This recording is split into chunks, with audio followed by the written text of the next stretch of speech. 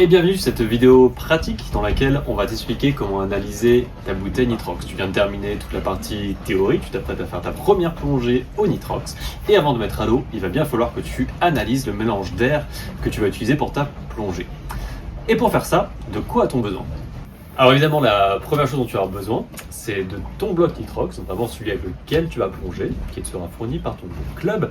Et tu remarqueras que ce bloc Nitrox est souvent identifié par des couleurs jaunes et vertes et par la mention Nitrox. La deuxième chose dont tu vas avoir besoin, c'est d'un analyseur d'oxygène qui se présente sous cette forme, un petit boîtier qui va venir réaliser l'analyse avec un écran qui va venir t'afficher la teneur en oxygène de ton mélange et un petit tuyau dans lequel tu vas venir faire passer le mélange de gaz que tu souhaites analyser, donc le contenu de ton bloc Nitrox. Pour beaucoup de ces analyseurs, ce que tu vas devoir faire avant de réaliser l'analyse de ton gaz, c'est de venir l'étalonner pour t'assurer qu'il a été calibré correctement.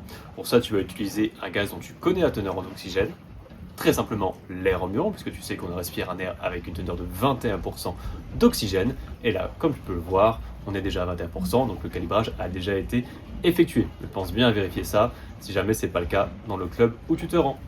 Tu auras aussi besoin d'un marqueur et d'un scotch que tu vas venir utiliser pour venir identifier ta bouteille et identifier le mélange qu'elle contient. Tu auras besoin du registre Nitrox de ton club dans lequel tu peux aussi reporter les données que tu auras analysées. Et éventuellement, tu peux t'aider d'un tableau des calculs des PMU si tu ne veux pas t'embêter à le faire toi-même.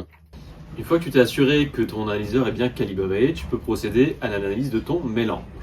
Pour faire ça, la première étape, ça veut dire d'ouvrir ta bouteille très doucement. Je te rappelle qu'il y a 200 bars là-dedans. Si tu ouvres à fond, ça va vite se vider et tu auras beaucoup moins de gaz pour ta plongée. Donc on va venir tourner le robinet tout doucement pour laisser s'échapper un petit filet de gaz, tout simplement.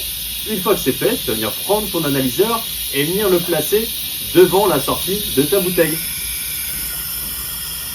Sur l'écran, petit à petit, les chiffres vont monter et une fois qu'ils sont stabilisés, ça indiquera le pourcentage contenu dans ta bouteille. Une fois ton bloc analysé, tu vas venir indiquer sur le registre Nitrox de ton club les données que tu viens analyser. Sur un registre, généralement, tu auras d'indiquer par la personne qui aura effectué le gonflage de ton bloc, déjà la date à laquelle le bloc a été gonflé, les initiales de la personne qui ont gonflé ce bloc-là, le pourcentage d'oxygène que eux ont analysé, mais ça n'empêche pas que tu dois toi aussi réaliser, ainsi que la signature de la personne qui aura effectué le gonflage. De ton côté, tu devras venir indiquer toi le numéro du bloc que tu auras du coup vérifié. Celui qu'on a utilisé aujourd'hui, c'était le numéro 85. La date du jour, on est à la date du 16 mai. Ton nom et ton prénom, afin d'être sûr de la personne qui va venir plonger avec ce bloc. Et enfin, le pourcentage d'oxygène que toi, tu auras analysé. 34%. Et enfin, tu peux simplement signer.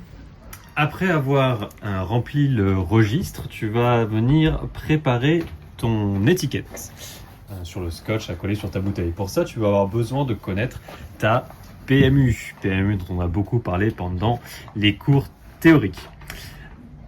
Du coup, petit rappel, pour calculer ta PMU, tu vas venir prendre donc la limite PPO2 maximum autorisé, donc 1,6 pour nous plongeurs français, que tu vas venir diviser par le pourcentage en oxygène de ton mélange. Notre mélange qui était du coup à 34%. Ce qui nous donne une valeur de 4,7 bars, qui est donc la pression absolue maximale à laquelle tu auras le droit de te rendre pendant ta plongée. 4,7 bars étant équivalent à 37 mètres de fond. Beaucoup de clubs te fourniront un petit tableau récapitulatif tel que celui-là, avec les profondeurs indiquées pour une limite de PEP2 max à 1,4 et à 1,6. Tu remarques tout de suite que 1,4 limite la profondeur bien plus strictement qu'un PPO2 max de 1,6 bar. Et on peut tout de suite vérifier du coup pour notre mélange à 34%, pour une PPO2 max de 1,6 bar, on retrouve bien la valeur de 37 mètres ou de 4,7 bars de pression absolue. En pression en PPO2 max d'1,4 bar, on aurait été limité à 31 mètres maximum, ce qui augmente la sécurité évidemment. Une fois que tu auras calculé ta PMU, tu vas venir reporter toutes ces informations maintenant directement sur ta bouteille en utilisant le beau scotch orange dont on a parlé juste avant. Pour ça, tu vas venir coller ce scotch à l'arrière de ta bouteille. Pourquoi à l'arrière? Parce qu'à l'avant, tu auras ton gilet. Donc, ce sera vraiment difficilement lisible. Alors qu'à l'arrière, ce sera très facilement lisible, notamment pour toutes les autres personnes de ta palanquée qui connaîtront ainsi facilement la PMU et le pourcentage que tu utilises. Donc on t'invitera du coup à simplement allonger ta bouteille et venir positionner ton scotch ici.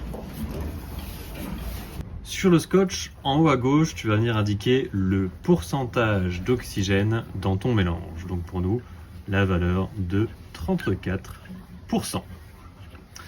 Sur la droite, tu vas venir indiquer la date du jour. On est toujours aujourd'hui le 16 mai 2025. Ici, en milieu, et ça doit vraiment être la valeur qui ressort en gros et qui doit être visible le plus facilement pour tout le monde, ça va être ta PMU, ta valeur plancher de 37 mètres.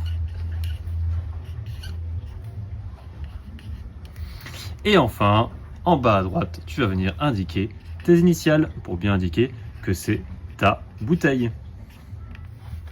Et voilà, tu es prêt à plonger au Nitrox.